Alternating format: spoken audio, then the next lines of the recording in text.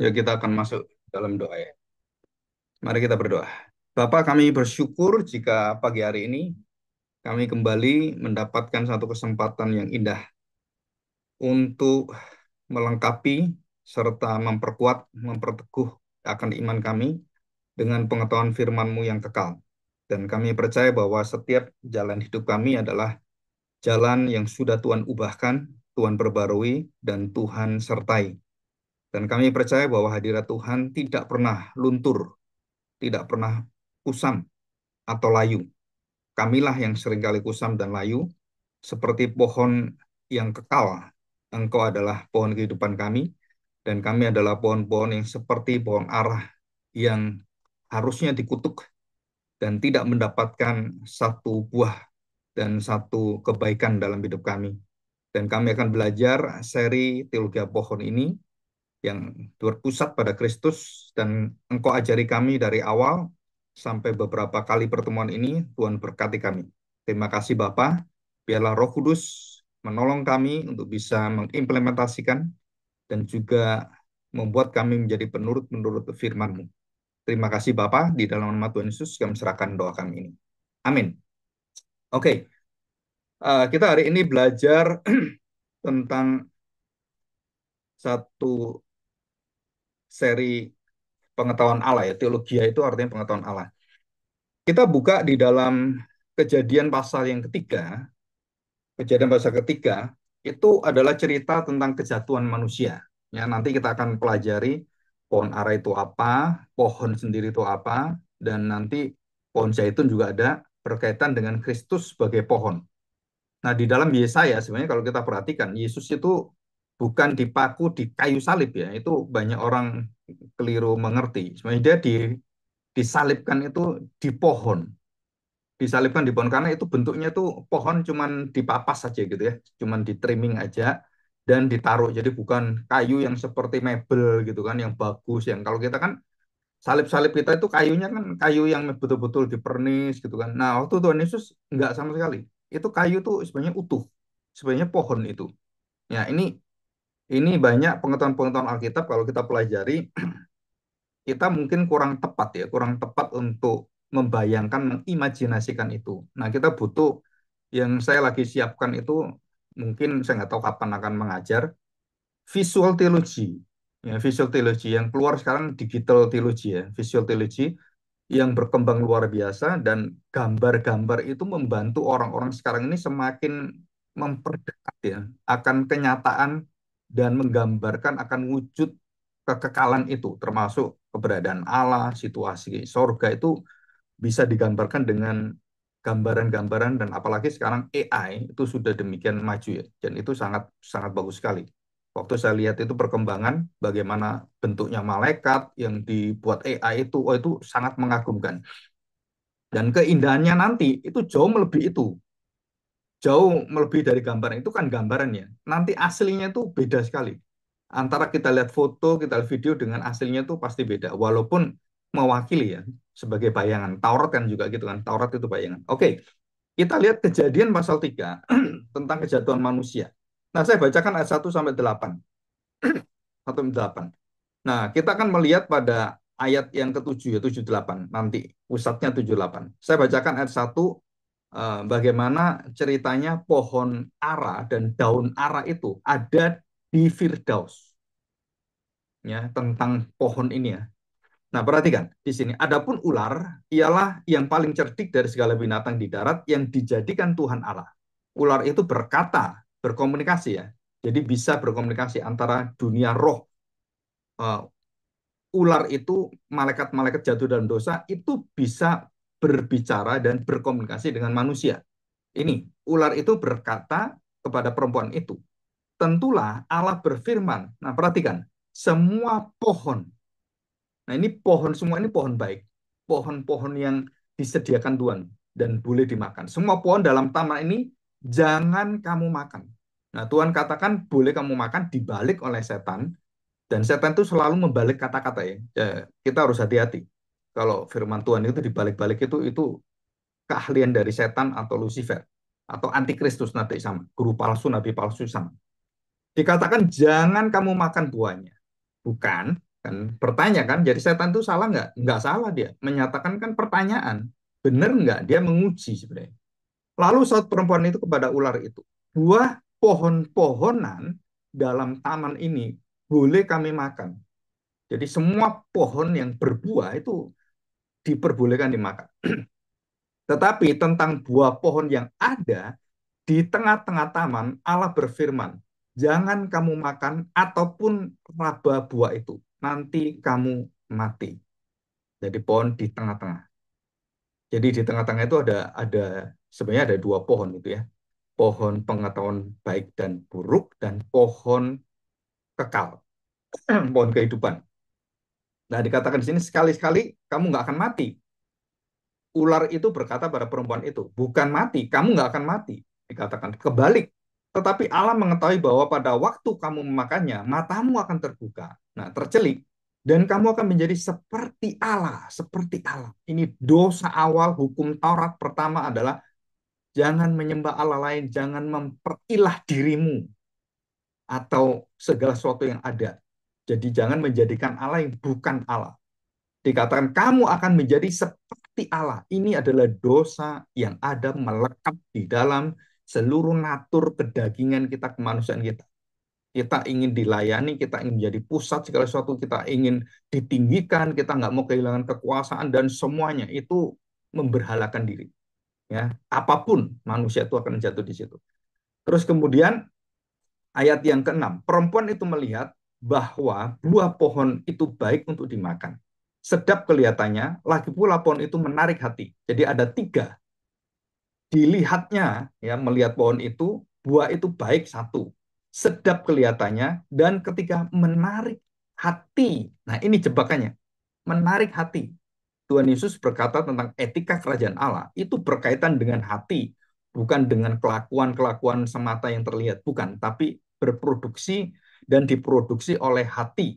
Jadi menarik hati karena memberi pengertian, lalu ia mengambil dari buahnya dan dimakannya dan diberikannya juga kepada suaminya yang bersama-sama dengan dia.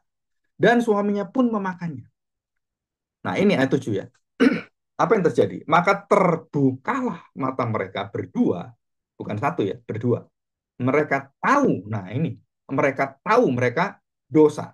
Mereka melanggar firman Tuhan, mereka jatuh dalam dosa. Bahwa mereka telanjang, lalu mereka menyemat daun pohon ara. Jelas ya, daun pohon ara. Dan membuat cawat, membuat baju pakaian dalam. Jadi wanita pakaian dalamnya menutupi auratnya, laki-laki juga sama. Dan ayat ke-8, mereka mendengar bunyi langkah Tuhan Allah yang berjalan-jalan dalam taman itu pada waktu hari sejuk. Bersembunyilah manusia itu dan istrinya itu terhadap Tuhan Allah di antara pohon-pohonan dalam taman itu. Dia telanjang, dan setelah dia telanjang, apa yang dilakukan? Mereka mengambil pohon ara. Nah, pohon ara itu beda dengan pohon zaitun. Pohon zaitun itu daunnya itu kecil-kecil, sempit-sempit. Jadi nggak mungkin ambil pohon zaitun karena terlalu sempit gitu. Tapi pohon ara, daunnya itu lebar. Jadi diambil satu dua itu udah bisa nutupi. Jadi bagaimana? Atau diketik-ketik, pokoknya ditutupi ke badannya dan nggak mungkin dipegang terus ya. Daun itu nggak mungkin pengaruh. Jadi pasti dia akan ambil dan dia istilahnya tuh tali-talikan gitu kan, hubung-hubungan dan ditempelkan gitu. Nah, dari mana dia tahu kalau dia telanjang? Karena makan buah. Makan buah yang dilarang menghasilkan kelakuan-kelakuan dan tingkah laku yang menjauh dari hadirat Allah. Dengan apa? Dengan menutupi diri. Nah, ini disebut sebagai jalan agama. Jadi jalan daun ara itu adalah jalan cara agama, cara manusia menutupi diri. Jadi seluruh daripada cara manusia beribadah, cara manusia mendekat pada Tuhan, itu adalah cara yang dilakukan oleh Adam. Menutupi kesalahannya, menutupi kebobrokannya, menutupi seluruh kemaluannya, dan dengan daun ara. Nah, perhatikan, saudara. Jadi daun ara ini atau pohon ara ini dari awal sudah menjadi lambang tentang bagaimana manusia berkelakuan menutupi dosanya dan harus dengan pohon ara itu, saudara kita disadarkan harus bertobat. Jadi harus bertobat. Dan ini berkaitan dengan teologi pohon ya. Nanti kita akan pelajari Tuhan Yesus mengatakan bahwa pohon yang baik, buahnya baik. Ya, kita mengerti ini kan, pohon baik, buahnya baik. Dan tidak ada buah yang baik berasal dari pohon yang tidak baik atau pohon buruk atau jahat. Nah, mungkin. Jadi itu satu natural, satu hubungan yang melekat dan permanen yang tidak mungkin bisa diubah siapapun. Jadi kalau kita menghasilkan tanda petik tadi, daun ara tadi, bukan buah yang baik yang merupakan buah daripada wakil buah yang baik itu buah buah zaitun ya. Nah, termasuk buah ara itu baik juga, enak juga dan itu seperti kurma dan lezatnya luar biasa dan manfaatnya bagi tubuh itu sangat banyak. Nah, nanti kita akan pelajari ini ya. Nah, dari situ kita melihat apa yang terjadi bahwa keberadaan pohon ara ini sudah memberikan kita satu peringatan bahwa tingkah laku manusia itu dengan mengambil pohon ara menutupi dirinya. Nah, pohon ara ini ada mewakili seluruh cara manusia menutupi diri dan cara manusia untuk memperlakukan dirinya yang jatuh dalam dosa dan saudara memisahkan diri dari hadirat Allah. Dan itu ilustrasinya, simbolnya, lambangnya adalah daun ara dan pohon ara. Nah, Tuhan Yesus mengutuk pohon ara. Saudara itu berkaitan dengan apa? Karena tidak menghasilkan buah. Nah, nanti kita akan melihat dan nanti Yesus itu menjadi pohon ara yang terkutuk. Itu nanti atau mungkin seri ketiga atau seri keberapa kita akan puncaknya kita akan bahas itu dan itu luar biasa ya. Saya pelajari beberapa bulan ini saya merasa diberkati luar biasa dengan teologi pohon ini. Ya, kenapa? Karena Mazmur 1 juga ditanam di tepi. Nah, ditanam itu apa? Pohon, saudara. Jadi semua ini berkaitan dengan satu pohon kehidupan yang akan menghidupkan pohon yang mati, yang mandul. Dan kita semua pohon yang mati. Ya. Oke, kita akan melihat ini ya. Nah, dari apa yang ada, nah kita lihat gambaran ini. Ini pohon ara ya. Kita lihat pohon ara. Nah, pohon ara itu kelihatan bahwa dia sangat rimbun ya, sangat rimbun dan juga umurnya juga kuat dan dia eh, daunnya lebar, buahnya manis, tumbuh lebih di iklim yang hangat. Jadi dia kalau dingin itu, apalagi di salju dia nggak bisa tumbuh dengan baik. Dan butuh kelembapan. Jadi tumbuh di iklim hangat, tapi dia butuh kelembapan. Jadi dia harus berada di daerah sekitar 300-400 meter di bawah ini ya, di atas laut ya di ini ya, jadi di lereng itu, di bawah gunung gitu. Nah, yang kedua adalah bagaimana kita melihat pohon zaitun ya. Pohon zaitun itu sempit, kecil-kecil, buahnya tidak ada untuk bisa dimakan, tapi dia sangat bermanfaat untuk dijadikan minyak, minyak urapan yang mengurapi raja, minyak-minyak melambangkan tentang ketahanan terhadap segala situasi, kondisi, umur pohon zaitun itu berumur ribuan tahun, bisa 1.000 tahun lebih. Jadi ada di sana manusia berganti-ganti-ganti, pohon zaitun itu nggak berganti-ganti. Itu menunjukkan kasih setia Tuhan, penyertaan Tuhan, dan kuasa Roh Kudus menyertai kita. Tahan terhadap kekeringan, tahan terhadap situasi kondisi apapun, wah itu zaitun luar biasa. Dan kita ingat bahwa burung merpati yang dilepas oleh Nabi Nuh dan membawa, saudara tahu, berkaitan dengan pohon zaitun, daun zaitun. Ya, jadi dia membawa pohon zaitun itu diambil wakilnya apa? Diambil daunnya dan dibawa ke Nabi Nuh. Nah, saudara bayangkan di dalam kondisi alam marah dengan kondisi air bah yang luar biasa membuat seluruh makhluk hidup mati. Saudara di situ ada yang hidup, satu pohon hidup dan adalah pohon zaitun. Wah itu selama saya khotbah, saya dengar khotbah saya sendiri khotbah. Kalau saya sudah mengerti ini, khotbah saya berubah gitu. Kenapa? Karena zaitun itu lambangnya apa gitu. Dulu kita nggak tahu, oh zaitun aja. Nah, begitu kita tahu zaitun itu melambangkan satu ketahanan, perseverance, satu kelestarian, bahkan kena banjir 40 hari 40 malam. Pohon ini tetap hidup, Sir. Nggak mati, Sir. Tenggelam itu loh, nggak mati. Waduh, Ini luar biasa. Jadi artinya apa? Sekalipun hidup kita tenggelam dalam segala masalah kita, dan kita terpuruk, tergeletak, dan tidak bisa bangun, jangan lupa, Tuhan tetap tegak, lurus, dan dia tetap menyertai kita, dan kita akan dibangunkan, dibangkitkan. Itu pohon zaitun. Jadi lambangnya pohon ara itu apa, pohon zaitun apa. Jadi punya fungsi masing-masing. Ya. Kita belajar apa ini image imagery theology atau visual theology. Nah, kita belajar di sini bagaimanakah pohon zaitun ini. Pohon zaitun itu coba kita lihat pohon zaitun itu tuh kering. Nah, itu buah buah pohon zaitun itu di PowerPoint-nya itu yang merah itu buah ara ya. Nah, yang kecil-kecil hijau terus ungu biru yang kayak ada ya coklatnya yang biru gelap itu. Nah, itu buah zaitun. Yang dibelah itu buah ara. Nah, itu bisa dimakan enak, tapi zaitun nggak bisa dimakan. Pahit rasanya ya. Itu bisa digiling, dilindes, dan kemudian diremukkan sampai keluar minyaknya. Digiling tuh kruk, kruk, kruk, kruk, kruk, sampai dengan gilingan yang besar. Batu yang besar. Ini pernah saya bahas. Oke, kita lihat sekarang. Kita masuk. Pohon itu adalah Kristus dan apa lambang dari pohon ara dan pohon zaitun. Nah, saya bahas dulu ya ini ya, pohon ara dan pohon zaitun. Yang pertama, pohon ara. Sudah pernah kita ingat bahwa Tuhan Yesus mengutus pohon ara yang tidak berbuah dan segala sesuatu yang tidak berbuah di dalam khotbah panggilan daripada Yohanes.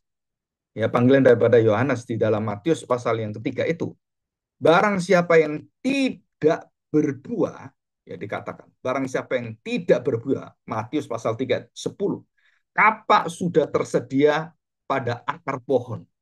Kapak sudah tersedia pada akar pohon dan kemudian apa? Akan ditebang.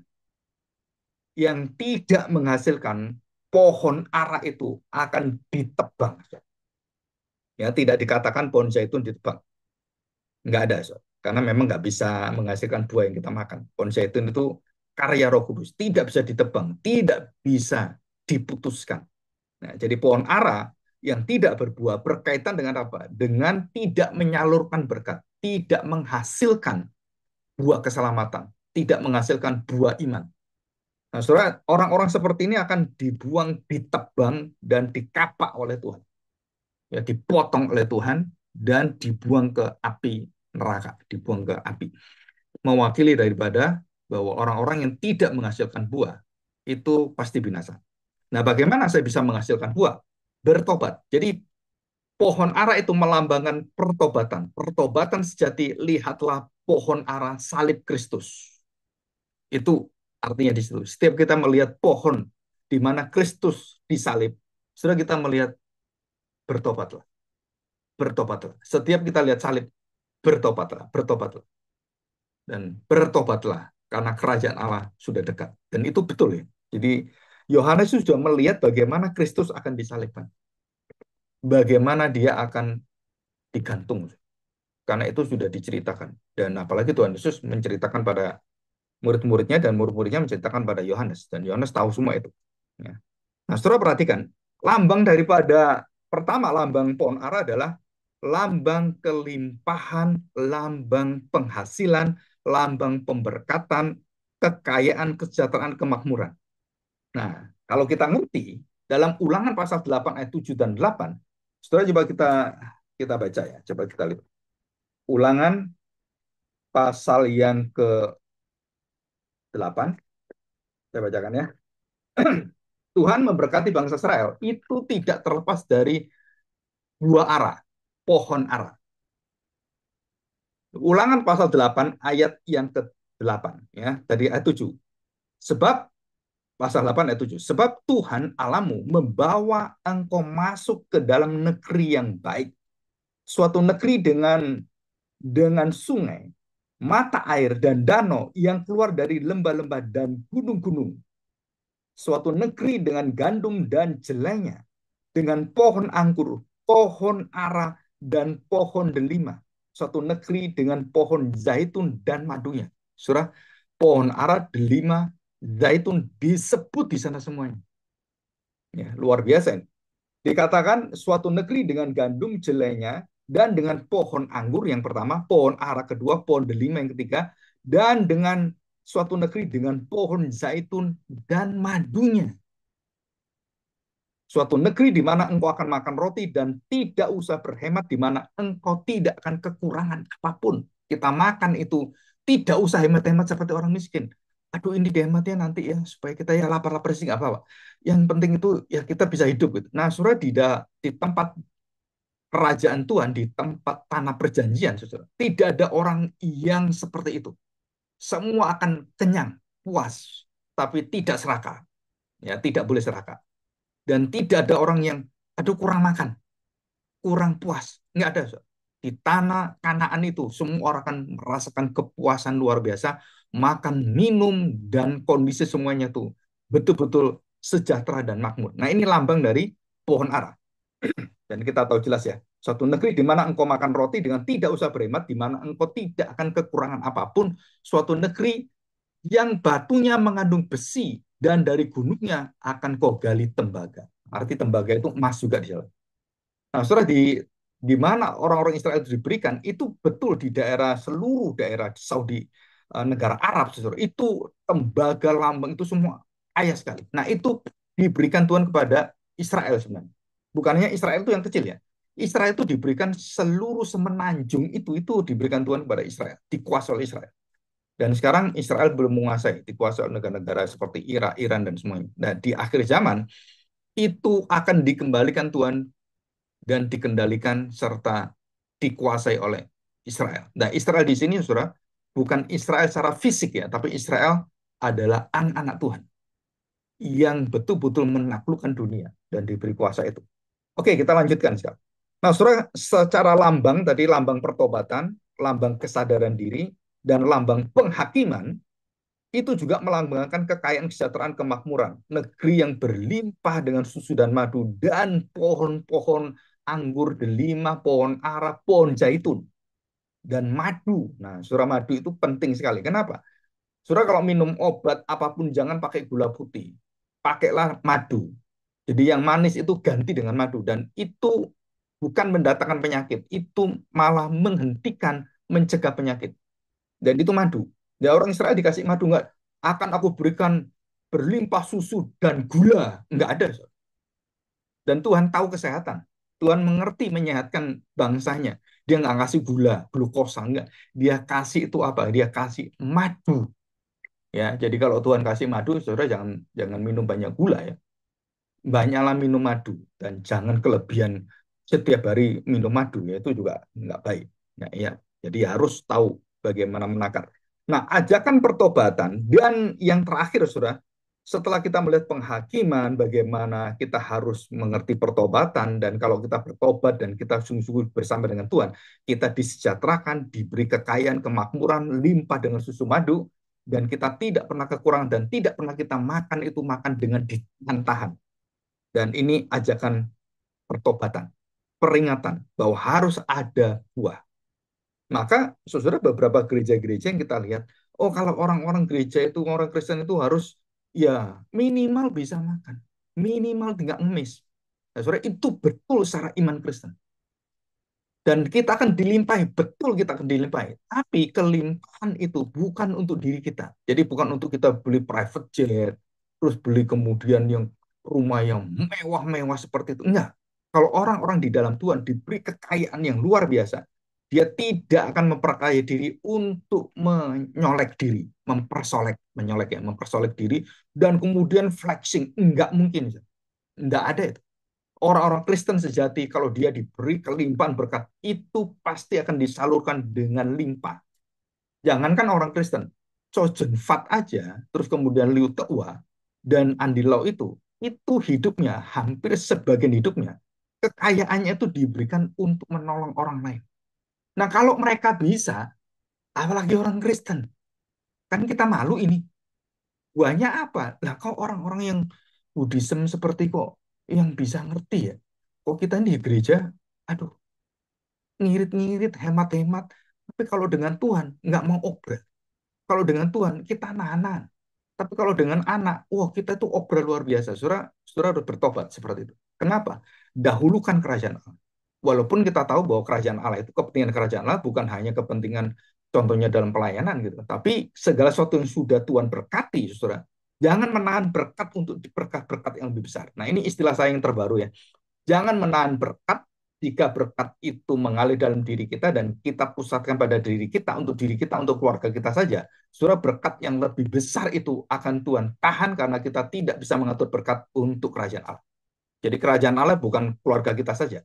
Kerajaan Allah adalah semakin kita memancangkan seluruh daripada kemah-kemah kita. Nah, doa Yabes ini, semakin kita pancangkan, itu Tuhan akan salurkan. Jadi orang-orang yang dipercaya Tuhan, itu adalah orang yang talentanya dibagikan, talentanya itu disalurkan. Kalau itu berhenti, dan kita punya semua dalam diri kita, dan kita nggak mau salurkan, sudah kita menjadi pohon ara yang mandul.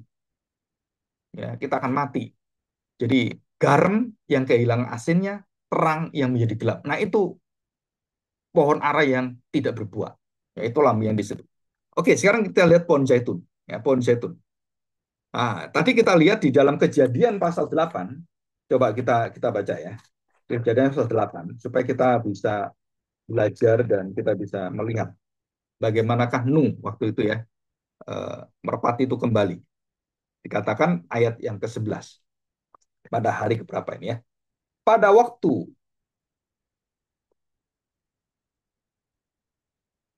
Kejadian 8 ayat yang ke-11 mana sih? Kenapa saya agak ada kacamata ini. Nah, perhatikan baik-baik ayat yang ke-10. Ia menunggu 7 hari lagi, kemudian dilepaskannya pula burung merpati itu dari bahtera. Ya, jadi ini yang yang terakhir ini ya, burung merpati. Menjelang waktu senja, belum petang, jadi mau petang, pulanglah burung merpati itu mendapatkan Nuh, dan pada paruhnya dibawanya sehelai daun zaitun yang segar, dan disitulah diketahui Nuh bahwa air itu telah berkurang dari atas bumi, dan bukan ara mati, ara nggak bisa tahan. Nah, yang bisa tahan apa? Zaitun, saudara. Jadi daun zaitun itu kemudian dipatuk dan diambil oleh burung merpati ini, lambang lambang dari Roh Kudus, lambang dari apa ya, pembaharuan, lambang dari pendamaian, lambang daripada penyertaan yang tiada pernah berhentinya dari Allah. Immanuel itu adalah Immanuel, Immanus Immanuel. Nah, surah itu istilah juga yang saya pelajari oleh bahasa Yunani.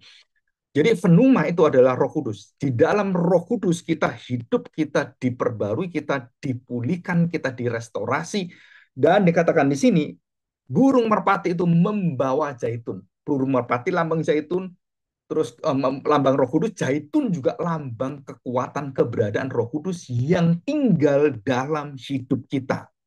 Jadi murka Allah dicurahkan, air bah didatangkan. Orang-orang yang di dalam Kristus bisa tenggelam, bisa mendapatkan seluruh hidupnya, tapi dia tidak mati. Kenapa? Ada pekerjaan Roh Kudus yang menguatkan iman kita. Zaitun itu tetap hidup. 40 hari tenggelam, zaitun tetap hidup. Nah, ini luar biasa, so. Ya. Apa lambangnya? Lambang perdamaian, lambang kejayaan, kegemilangan, kekilauan. Nah, ini ada di dalam kitab Mazmur. Jadi waktu Daud diminyaki, bak minyak urapan di kepala Harun, itu zaitun. Ya, ada lagunya kan?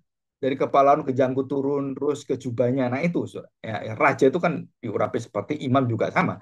Nah, dikatakan bahwa pengurapan raja, imam, atau nabi memakai minyak, memakai kuasa pengurapan Roh Kudus. Karena minyak lambang Roh Kudus, lambang penyertaan Roh Kudus dalam hidup kita, dan lambang daripada kekuatan Roh Kudus yang akan menghasilkan buah yang tidak habis-habisnya. Yang kedua adalah lambang ketahanan. Ya, jadi minyak itu apa? Minyak itu kalau kita kasih rambut itu kan berkilo-kilo dan nggak hilang-hilang. Ya, kalau selain minyak kan hilang, tapi kalau minyak itu kalau nggak dihapus, minyak selalu ada. Itu lambang kekekalan sebenarnya. Berkilau, ketahanan, keberlanjutan, dan ketekunan, ketabahan, serta tahan uji. Nah, ini semua adalah buah Roh Kudus, buah pertobatan, buah zaitun. Ya, Nah, kita lihat Roma pasal 11 sekarang ya, kita lihat. Roma pasal 11. Ya, Roma pasal 11. Roma pasal 11 ayat 17. Ayat 17, bentar ya. Saya bacakan. Karena itu apabila beberapa cabang telah dipatahkan dan kamu sebagai tunas liar telah dicangkokkan di antaranya dan turut mendapat bagian dalam akar pohon zaitun yang penuh getah. Nah, saudara perhatikan. Jadi pohon itu pohon zaitun dan ada cabang liar yang dicangkokkan. Cabang liar apa? Ya pohon zaitun. Kalau bukan pohon zaitun, pohon ara nggak bisa, nggak nyambung dia, nggak seesensi. Jadi yang pohon liar, yang zaitun yang di luar itu diambil dicangkokkan. Nah kalau yang asli yang ada di pohon zaitun cabangnya dipotong bisa dan diganti dengan cabang yang liar, apalagi cabang yang liar kalau tidak menghasilkan buah akan mudah dipatahkan, akan mudah dikapak dan dipotong. Nah, itu lambang daripada Roma 11 yang ditulis oleh Rasul Paulus tentang keselamatan orang Israel dan keselamatan kita bukan bergantung pada pokok daripada cabangnya, bukan pada bangsa Israelnya, bukan pada gereja Tuhan, pada kita orang Kristen, tetapi pada pohon zaitun. Jadi pohon zaitun lambang apa? Lambang pohon kekekalan. Nah, saudara, banyak orang-orang ahli, orang-orang Yahudi menghubungkan bahwa sebenarnya pohon yang ada, pohon kehidupan yang ada, yang dilarang untuk dipegang, dilarang untuk dimasuki lagi, Firdaus itu. Setelah itu adalah dilambangkan dan ada yang percaya bahwa itu adalah pohon zaitun yang kekal. Ya, kalau lambang saya percaya, tapi kalau itu pohon zaitun nggak ada di Alkitab yang menjelaskan pohon kehidupan itu pohon zaitun. Jadi pohon zaitun kan diciptakan. Nah, pohon kekekalan nggak diciptakan, kekal. Dan itu lambang daripada Kristus, lambang keselamatan, dan dilambangkan pohon. Nah, kita ingat, waktu Musa ketemu dengan Tuhan dan dia mau menerima hukum Taurat, maka Tuhan menampakkan diri di mana? Di pohon yang terbakar, yang termulia, yang berkilauan dan kemudian tidak hangus. Nah, saudara perhatikan ya. Jadi api dunia menghanguskan, api Roh Kudus itu tidak menghanguskan. Disitulah hadir Allah. Di mana? Di pohon. Nah, pohon apa? Kita nggak tahu. Ya, itu suatu lambang ya. Nah, pohon apa? Dan di situ Musa diminta untuk dikuduskan dan sandalnya dilepaskan. Jadi hadirnya Allah itu akan mereteli, istilah mereteli ya, dan akan meruntuhkan, menjatuhkan seluruh dosa-dosa kita, kenajisan kita, dan kita dijadikan menjadi pohon yang dicangkokkan pada pohon zaitun, keselamatan. Jadi hadirnya Allah di dalam Roh Kudus, di dalam tubuh Kristus yang ada dalam diri kita, pohon zaitun itu masuk dalam diri kita. Pohon zaitun kemudian pada pokoknya, pada cabangnya, pada buahnya nanti, saudara itu semua adalah hadirat Kristus yang dinyatakan, yang dihidupi oleh Roh Kudus. Jadi pemulihan dan pemuliaan lambang dari pohon zaitun. Nah, saudara, kita akan nanti belajar di seri yang puncak. Saudara, Tuhan Yesus waktu masuk Yerusalem itu dilulukan. Dan apa yang dipegang oleh mereka? Saudara, apa yang dipegang mereka? Pohon zaitun, dahan-dahan pohon zaitun, ya. Dan dia berjalan di atas pohon zaitun. Nah, itu kan dahan-dahan ditaruh kan dia berjalan di atas. Nah, saudara, kalau kalau saudara lihat apa yang terjadi dengan beberapa contoh yang ada, ya, contoh yang ada. Kalau kita lihat ini saya berikan nanti bisa minta Pak Jul ya daftar-daftarnya. Ini kita pakai sampai selesai ini ya. Nah, daftar pemakaian pohon dalam Alkitab ya mulai dari tadi yang saya sebutkan dari awal dan kemudian kita mulai tahu dalam perjanjian baru Matius pasal 3, pasal 7, pasal 12, pasal 13 perumpamaan tentang pohon, perumpamaan kerajaan Allah pun tentang pohon banyak, tentang buah, tentang apapun banyak. Dan kemudian dalam Yohanes, secara khusus Yohanes membahas tentang pokok anggur, pohon anggur. Nah, dalam perjanjian lama disebut pohon, bukan pokok. Nah, dalam perjanjian baru pokok karena tidak ada batangnya. Ya. Nah, anggur itu tidak berbatang, tapi dia punya pokok, disebut sebagai pokok anggur. Itu pohon.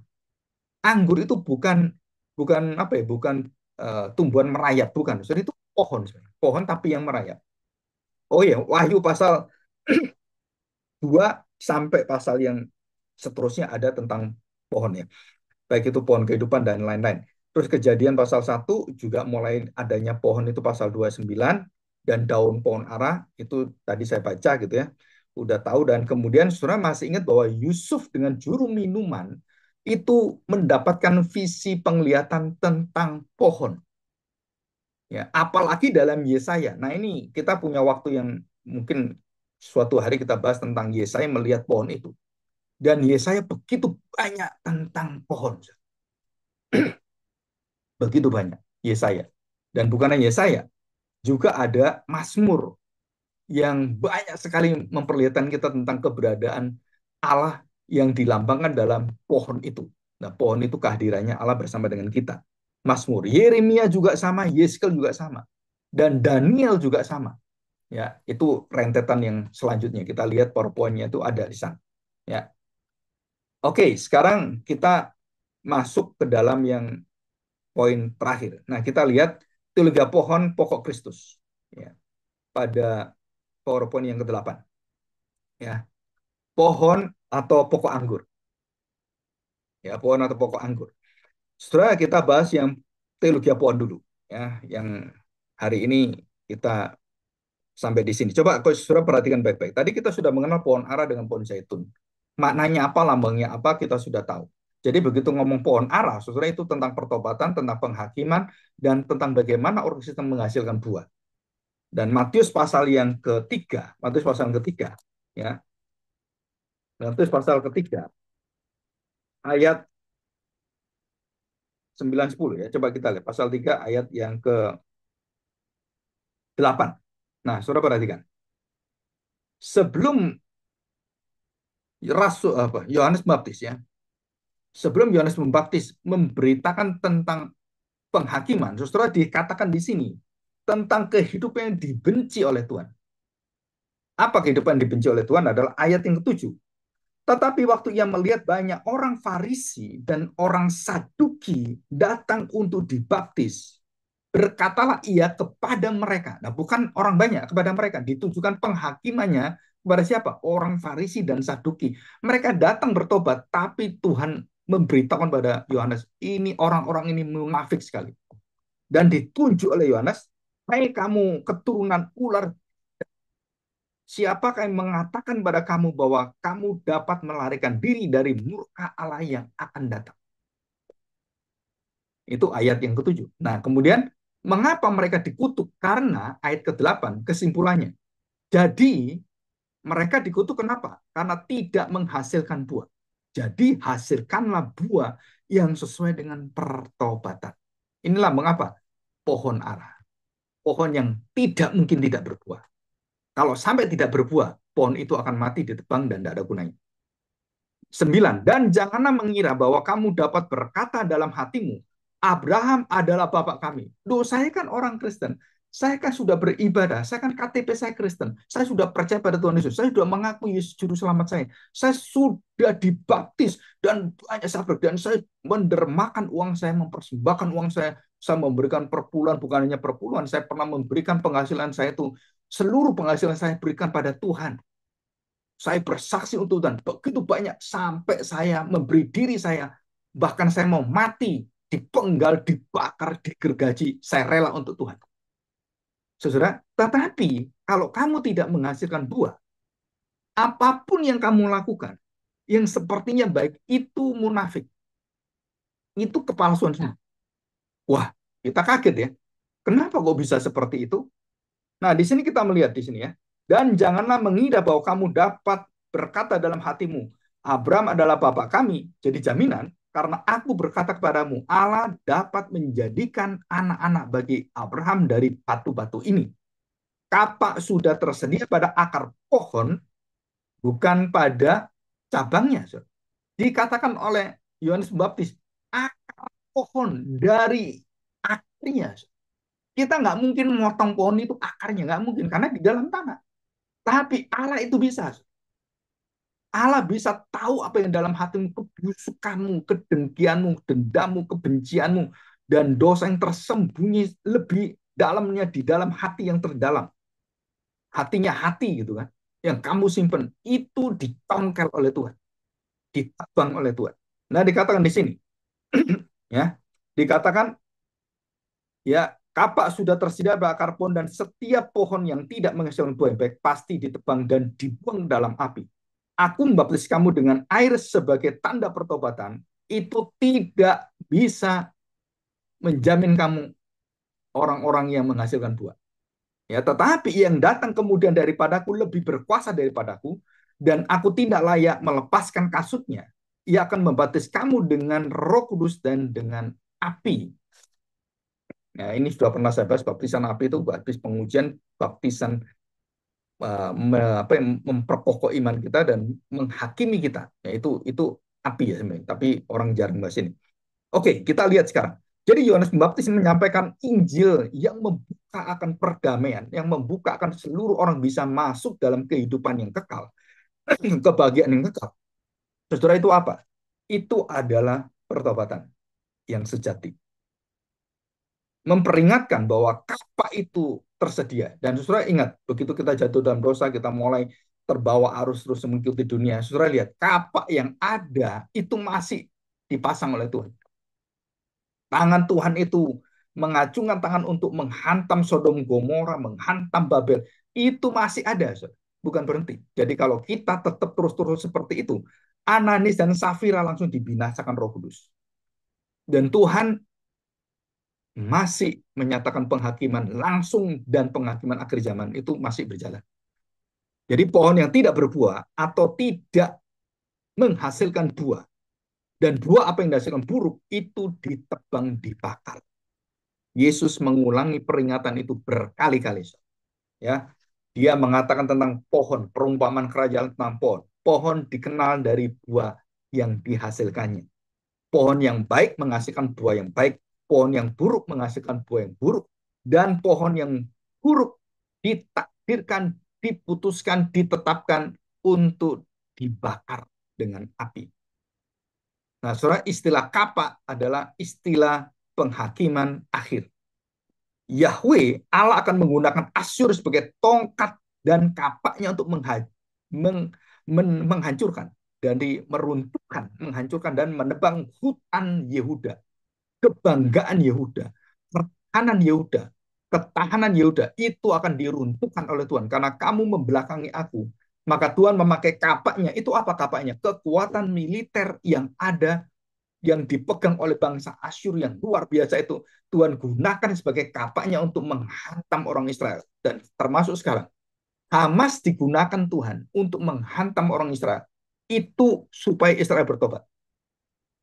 Saudara, kalau Israel nggak bertobat kembali pada Mesias, nggak mungkin kapak Tuhan itu berhenti. Dan Israel akan dihantam terus. Dihantam terus. Jadi problem Israel itu bukan problem soal kerajaan Israel, soal negara Israel, soal radikalisme, bukan, saudara. Soal pertobatan.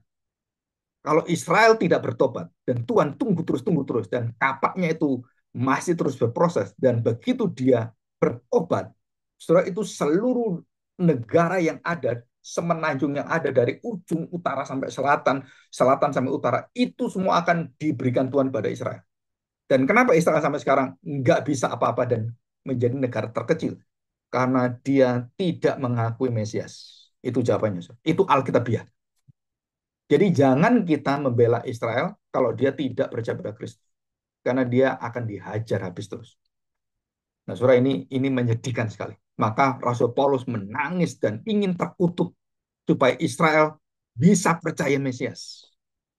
Pohon ara itu supaya membuahkan hasil, bukan mandul, bukan dikutuk oleh Tuhan. Nah, itu Israel. Ya, semua kita sudah dikutuk. Nah, Israel ditunggu oleh Tuhan. Bertobat nggak?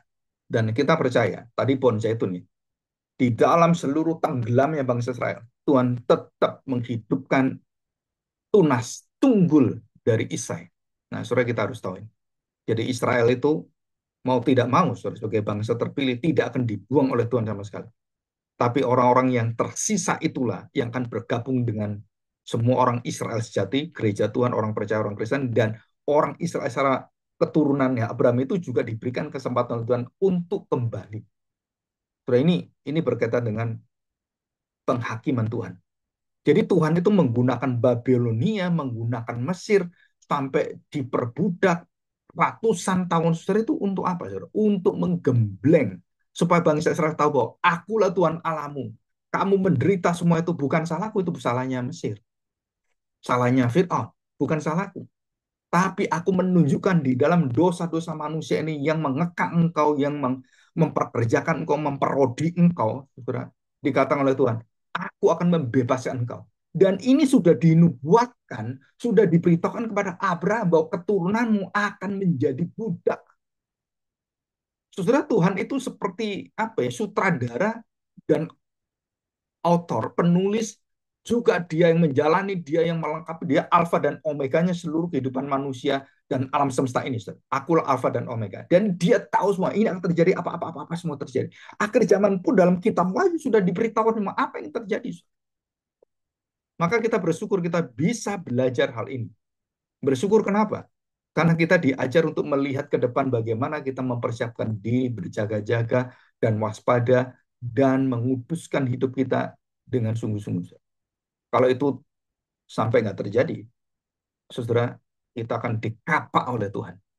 Ya, kita harus bersyukur. Terus bagaimana Pak supaya nggak dikapak? Ya, kamu harus sungguh-sungguh mengerti tentang anugerah Tuhan. Dan hanya anugerah Tuhan yang bisa membuat kita tidak dikapak. Ya, dan nanti kita akan bahas ini. Oke, dalam Yesaya 10 ayat 5 sampai 19 diceritakan bagaimana Tuhan memakai bangsa Asyur sebagai kapak yang memotong pohon-pohon hutan di Yehuda. Nah, ini kembali ke pohon. Seluruh pohon Yehuda itu akan dikapas habis, melambangkan kebangsaan Israel. Dan Mazmur 74 yang terakhir kita bahas ini. Bait suci adalah hutan yang ditebang oleh musuh-musuh Israel. Jadi bahkan bait suci pun itu akan ditebang, ya, akan ditebang. Seluruhnya akan ditebang. Bait suci akan ditebang. Dan runtuhlah bait suci pada tahun 70 Masehi. Itu adalah nubuatan dari apa yang kita lihat Mazmur 74, ya. Nah, saudara, kita bersyukur bahwa kita sudah belajar hari ini dan kita sudah belajar pohon pengetahuan yang tadi dipakai oleh Tuhan untuk menguji kita, untuk sebagai pilihan moral kita dipakai Tuhan untuk menguji apakah roh kita taat pada Tuhan. Simbol pohon itu simbol kedekatan kita, keterikatan kita dengan Tuhan. Dan tidak ada lambang yang begitu dekat selain pohon. Tuhan memakai pohon itu artinya ilustrasi yang paling bagus, ya, pohon. Pohon dengan dahan, dengan buah, itu tentang keselamatan jelas sekali, saudara. Dan simbol terdalam daripada hubungan umat Tuhan dengan Tuhan. Bait Allah dengan Tuhan. Bagaimana? Tuhan menjadi bait Allah, kita menjadi bait Allah. Di dalam siapa Tuhan menjadi bait Allah, di dalam siapa kita menjadi bait Allah, saudara, bait Allah yang Tuhan berdiam adalah Kristus.